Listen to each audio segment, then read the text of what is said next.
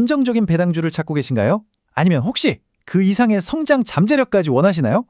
자, 오늘은 이 두 가지 매력을 모두 가진 것처럼 보이는 기업, 바로 티커 심벌 CNP, 센터포인트 에너지를 투자자의 시각에서 한번 제대로 파헤쳐 보겠습니다. 그래서 오늘의 핵심 질문은 바로 이겁니다.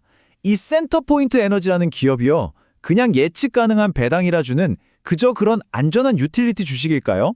아니면 그 안정성이라는 가면 뒤에 어마어마한 성장 스토리를 숨기고 있는 걸까요? 오늘 저희는 바로 이 질문의 답을 찾아 떠나볼 겁니다. 자, 그럼 본론으로 바로 들어가 보죠. 센터포인트 에너지는 기본적으로 전기랑 천연가스를 공급하는 회사예요. 뭐 유틸리티 기업이죠. 근데 진짜 중요한 건 이 회사가 어디에 전력을 공급하느냐, 바로 이겁니다. 그곳은 바로 지금 미국에서 가장 뜨겁게 성장하고 있는 지역, 텍사스의 심장도입니다. 이 지리적 위치 하나가 이 기업의 모든 스토리를 시작하게 만듭니다. 먼저 긍정적인 이야기, 그러니까 강세론부터 한번 살펴보겠습니다. 저는 CNP의 강점을 딱 두 단어로 요약하고 싶어요. 바로 누구도 넘볼 수 없는 경제적 해자와 절대로 멈추지 않는 성장 엔진. 이 완벽한 조합이 대체 뭘 의미하는 건지 지금부터 하나씩 제대로 뜯어보겠습니다. CNP가 가진 첫 번째 강력한 무기는 바로 규제의 독점입니다. 이게 바로 그들의 경제적 해자가 되는 거죠.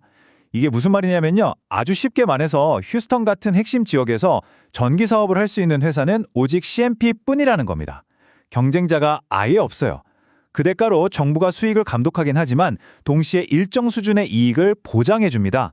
바로 이 점이 투자자들에게 예측 가능한 현금 흐름과 흔들리지 않는 안정성을 주는 근원인 셈이죠. 아니, 안정적인 건 알겠는데 어떻게 성장까지 하냐고요. 바로 이 성장의 선순환 구조 덕분입니다. 자, 이 흐름을 한번 따라와 보세요.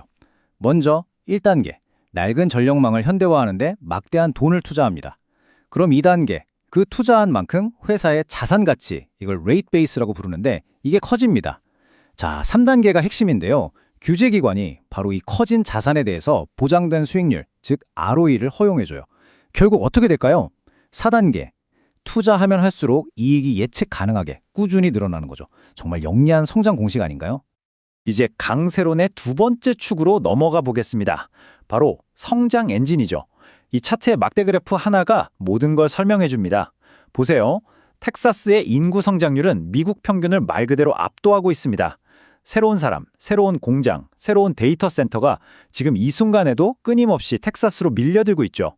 이 모든 건 뭘 의미할까요? 바로 어마어마한 전력 수요입니다. 휴스턴의 독점 사업자인 CNP는 가망에 앉아서 이 모든 수요를 다 흡수하는 겁니다. 다른 유틸리티 기업들은 정말 꿈도 꾸지 못할 강력한 순풍을 타고 있는 거죠. 자, 그럼 정리 한번 해볼까요? 강세론의 핵심은 이겁니다. 규제 독점이라는 깊은 해자가 외부의 경쟁을 완벽하게 막아주고요.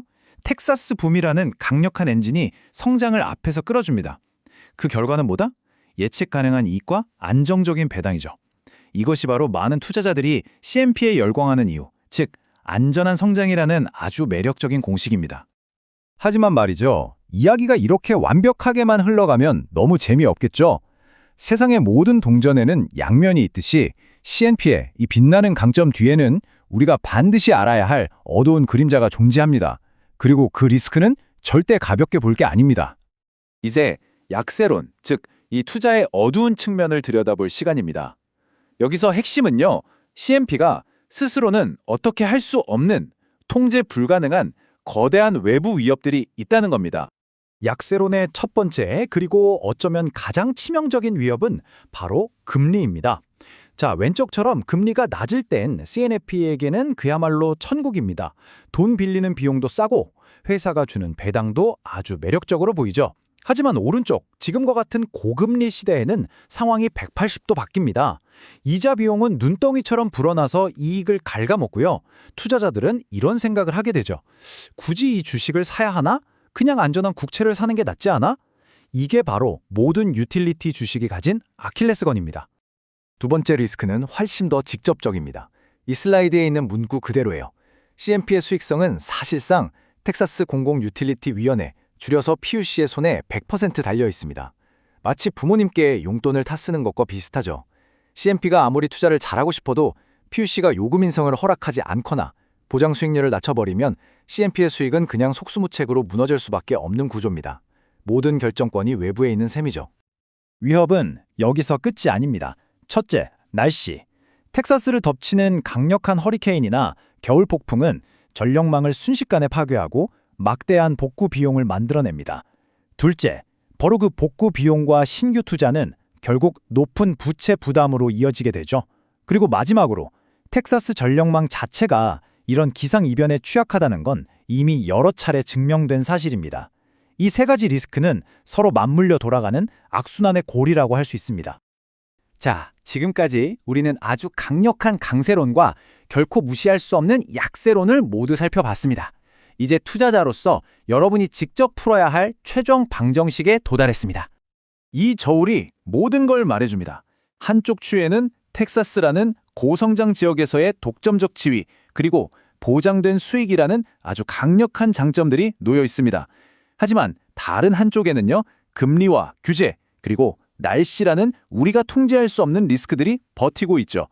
여러분의 결정은 이 저울에 어느 쪽으로 기울을 것인가에 달려 있는 겁니다. 결국 모든 것은 이 하나의 질문으로 귀결됩니다.